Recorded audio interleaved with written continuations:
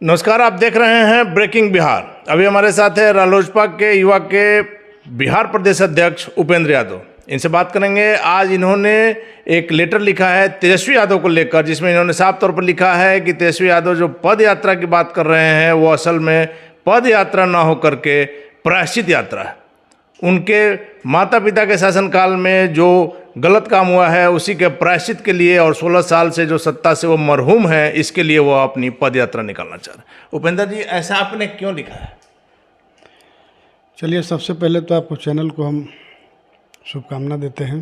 जी, धन्यवाद। देखिए, है क्या कि अब चूँकि अब जो पद यात्रा वो निकाल रहे हैं, तो निश्चित रूप से इसको पद यात्रा फिर क्यों कहा जाएगा? आखिर पद यात्रा क्यों कहा जाएगा, हमें जानना चाहते हैं। ये तो प्रायश्चित यात्रा है। नहीं, लेकिन उन्होंने कहा कि जातिगत जो जाति पर आधारित जो जनगणना है, यदि मुख्यमंत्री कोई फैसला नहीं ले रहे हैं, कल की मीटिंग के बाद भी कहा है कि हम निकालेंगे यदि कोई फैसला जल्दी नहीं ले। नहीं, जातीय जनगणना के लिए तो माननीय मुख्यमंत्री जी ने प्रधानमंत्री जी से भी मिल चुके हैं और इन्होंने भी आग्रह किए हैं। तो इसमें सब लोग लगे हुए हैं, जातीय जनगणना के पक्ष में सब लोग हैं कि होनी चाहिए। लेकिन उपेंद्र जी, होनी क्यों चाहिए जब सारे विपक्ष एक हैं इस मुद्दा पर? मुख्यमंत्री नीतीश कुमार, हम पार्टी के सुप्रीमो जीतन राम मांझी, आपकी पार्टी, बीजेपी को छोड़ करके करीब करीब सभी लोग इसमें एकमत। नहीं, बीजेपी जैसे सभी लोग के आग्रह को बीजेपी भी स्वीकार करेगी और इसमें किसी को नुकसान नहीं होगी। किसी को नुकसान तो होना नहीं है। जातीय जनगणना से तो और अच्छा है कि किस जाति के कितना लोग हैं, इससे अनुमान भी, सही जानकारी भी मिल जाता है। और सही जानकारी मिलने के बाद सरकार को भी काम करने में सुविधा होती है। जैसे आज के डेट में इंदिरा आवास योजना है, प्रधानमंत्री योजना है, या फिर उज्ज्वला योजना है, तो इसमें कुछ जातीय आधार पे भी इसमें बांटा जाता है। ST SC के लोग हैं, OBC के लोग हैं, है ना। इसी तरह से वाल्मीकि फॉरवर्ड में भी 10% का आरक्षण है हर चीज़ में। तो इससे क्लियर हो जाएगा कि किसको कितना, किस जाति के लोग कितना है। विकास की योजनाएं बनाने में आसानी होगी। उस आधार पे जो उनको लाभ मिलना चाहिए वो योजना का लाभ मिलेगा। और जब लाभ मिलेगा तो निश्चित रूप से हमारा देश और बिहार जो है विकास के रास्ते पर जाएगा। लेकिन बिहार विकास के रास्ते पर जाएगा। आप लोग जंगल राज कहते थे 17 साल से करीब करीब जिस सरकार में आप हैं, लेकिन आप आंकड़ा देखिए तो बेरोजगारी का आंकड़ा हो, विकास का आंकड़ा हो, सब में तो बिहार पीछे ही जाता है। ऐसा नहीं है। आंकड़ा जो है पहले की अपेक्षा आदरणीय मुख्यमंत्री नीतीश कुमार जी के नेतृत्व में 16 साल कार्य हुआ है। तो जितना पिछड़ा हुआ बिहार पहले था, 15 सालों से जो लोग राज किए या 15 साल से जो सत्ता में रहे, तो एक दिन में तो कुछ नहीं हो जाता है।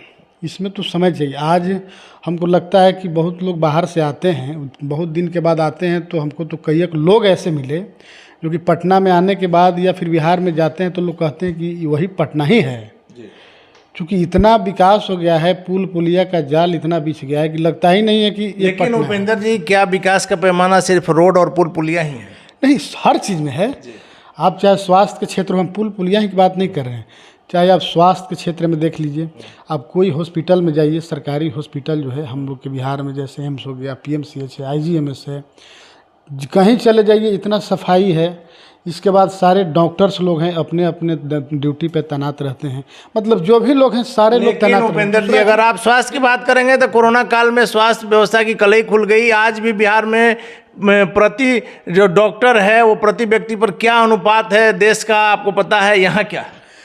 आप ये समझ लीजिए कि इस देश में बिहार की जनसंख्या की आबादी उत्तर प्रदेश के बाद दूसरा नंबर पे है। तो आबादी के आधार पे भी अनुमान लगाया जाता है। तो बिहार में देखिए आबादी है, इसके बावजूद भी आदरणीय नीतीश कुमार जी और आदरणीय प्रधानमंत्री जी के नेतृत्व में कोरोना काल में भी जो दिक्कत हमको नहीं लगता है कहीं हुआ किसी को। रह गई बात कि जब अटेंडम अगर कोई चीज़ आता है तो उसमें परेशानी आती है। लेकिन उपेंद्र जी, आप लोग जिस गठबंधन में हैं, मुख्यमंत्री नीतीश कुमार की पिछले 1 महीना में 3 मुलाकात तेजस्वी यादव से, कहीं ना कहीं कुछ खतरे की घंटी तो नहीं है? मुलाकात तो देखिए करने के लिए सब लोग स्वतंत्र है। तो तेजस्वी जी तो कल भी गए, मुलाकात किए, तो वो गए जातीय जनगणना के लिए गए, तो मुलाकात जो करते हैं तो आप लोग उसको दूसरे रूप में ले लेते हैं। मुलाकात तो काम के सिलसिले में किया जाता है। अब बिहार काम का सिलसिला सरकार बदलने, सत्ता बदलने में भी काम कहीं बात रहता है। नहीं, बिहार के मुख्यमंत्री आदरणीय नीतीश कुमार जी हैं, तो ये पूरे बिहार के लिए हैं। बिहार के 13 करोड़ आबादी जो है इस सब के लिए है, एक आदमी के लिए नहीं है, सिर्फ एक पार्टी के लिए नहीं है। तो इनके पास तो कोई भी जा सकता है, चाहे पक्ष हो या विपक्ष हो। उपेंद्र जी, राजनेताओं की हर बात में राजनीति होती है। अभी ईद के दिन जब चिराग पासवान आपके सांसद महबूब अली कैसर के घर गए थे तो आपने देखा था किस प्रकार का ब्रेकिंग न्यूज़ बना था। आप इस चीज़ को जानिए, ब्रेकिंग न्यूज़ भी बनाने की आप लोग बना देते हैं तो उसमें क्या किया जाएगा। ये ईद पर्व होता है, वो भाईचारे का, सौहार्द का प्रतीक होता है, उसमें तो गले लोग मिलते हैं, दुश्मन भी गले मिलते हैं। लेकिन हम लोग का हिंदू में पर्व जैसे हिंदू होता है ना, होली और दिवाली, उसमें दुश्मन को भी गले लगाया जाता है। तो ईद में तो चले गए तो राजनीति में तो कोई स्थायी दोस्त और दुश्मन भी नहीं होता, वो बात नहीं है। लेकिन अगर कोई पर्व है, अगर पर्व में कोई अगर आमंत्रण कर रहा है, आमंत्रित कर रहा है, तो उसमें जाने में कोई हिचकिचाहट माना जाए कि कल चिराग पासवान महबूब अली कैसर को गले लगाएंगे।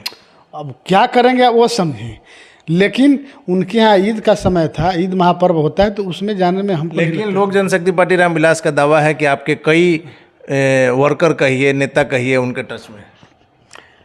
अब देखिए, लोक जनशक्ति पार्टी रामविलास जी के पास सब कुछ बचा नहीं है, और सिर्फ टारगेट पे जो है राष्ट्रीय लोक जनशक्ति पार्टी ही रहता है। अगर उन लोग को राजनीति में जिंदा रहना है तो राष्ट्रीय लोक जनशक्ति पार्टी की चर्चा करनी होगी। अगर उन लोग नहीं करते हैं तो राजनीति में उन लोग शून्य के कगार पर चले गए हैं। उन लोग का जनाधार जो है धीरे धीरे पूरा खसक गया है, जो कि हम नहीं कह रहे। देखिए, ऐसा नहीं कि मीडिया के सामने माँ के, हम आकलन के आधार पर कहते हैं जो जनता ने जनादेश दिया है। हम बार बार इस चीज़ को कहते हैं कि जनता ने जो जनादेश दिया था वो आपकी पार्टी के टूट से पहले का है।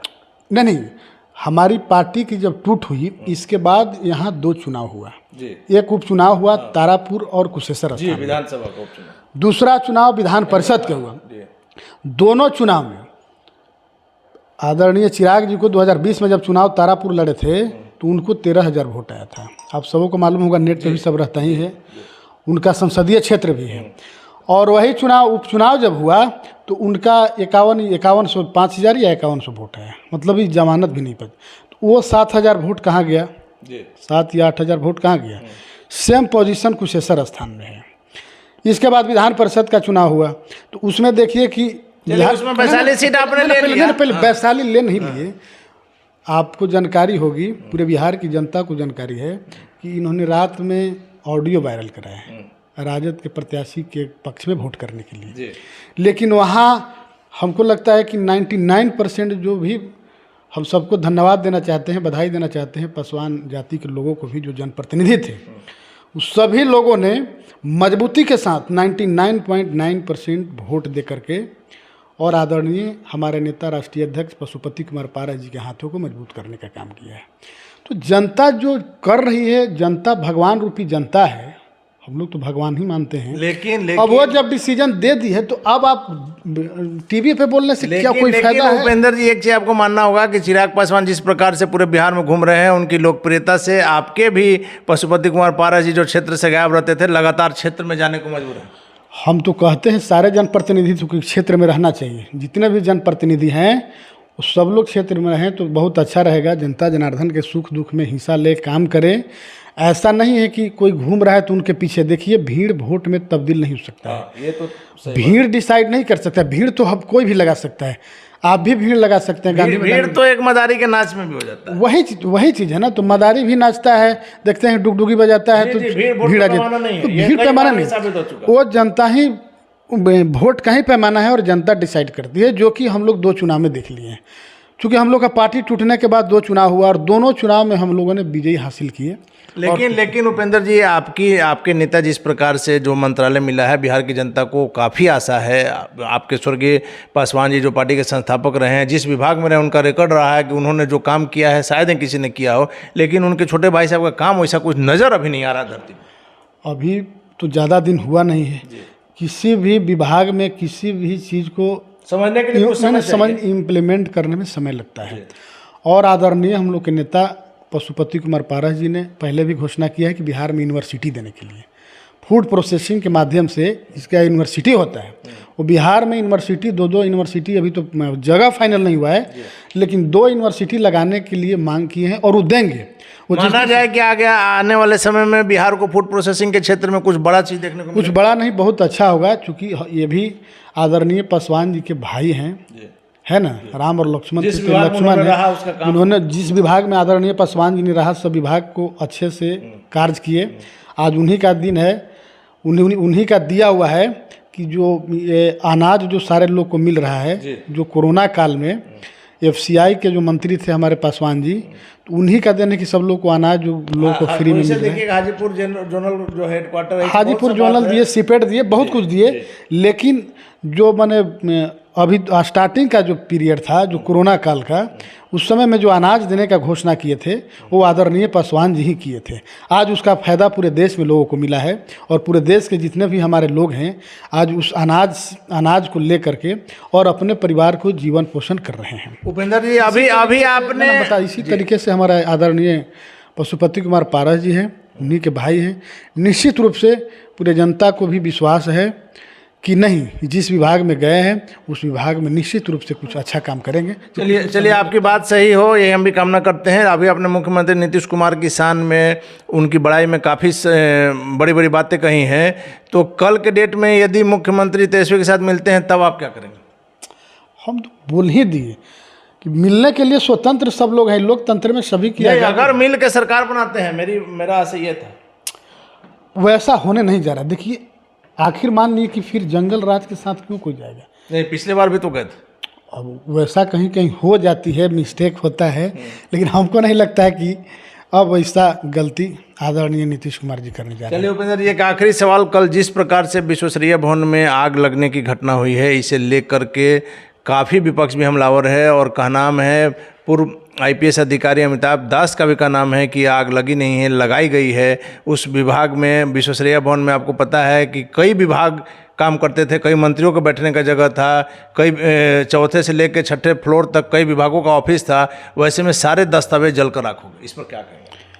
ये बहुत दुखद घटना है, इस पे हम लोग दुख प्रकट करते हैं और ये संयोग से अनहोनी घटना है। 10 घंटे लग गए आपको बुझाने में, और वहाँ सारे दमकल लगे हुए थे, हम भी कल देखे गए थे, सारे बिहार सरकार भी लगी हुई थी, दमकल लगा हुआ था, चूँकि गर्मी का भी मौसम है। तो ये संयोग था। देखिए, काल है तो काल को आप कुछ नहीं कर सकते हैं।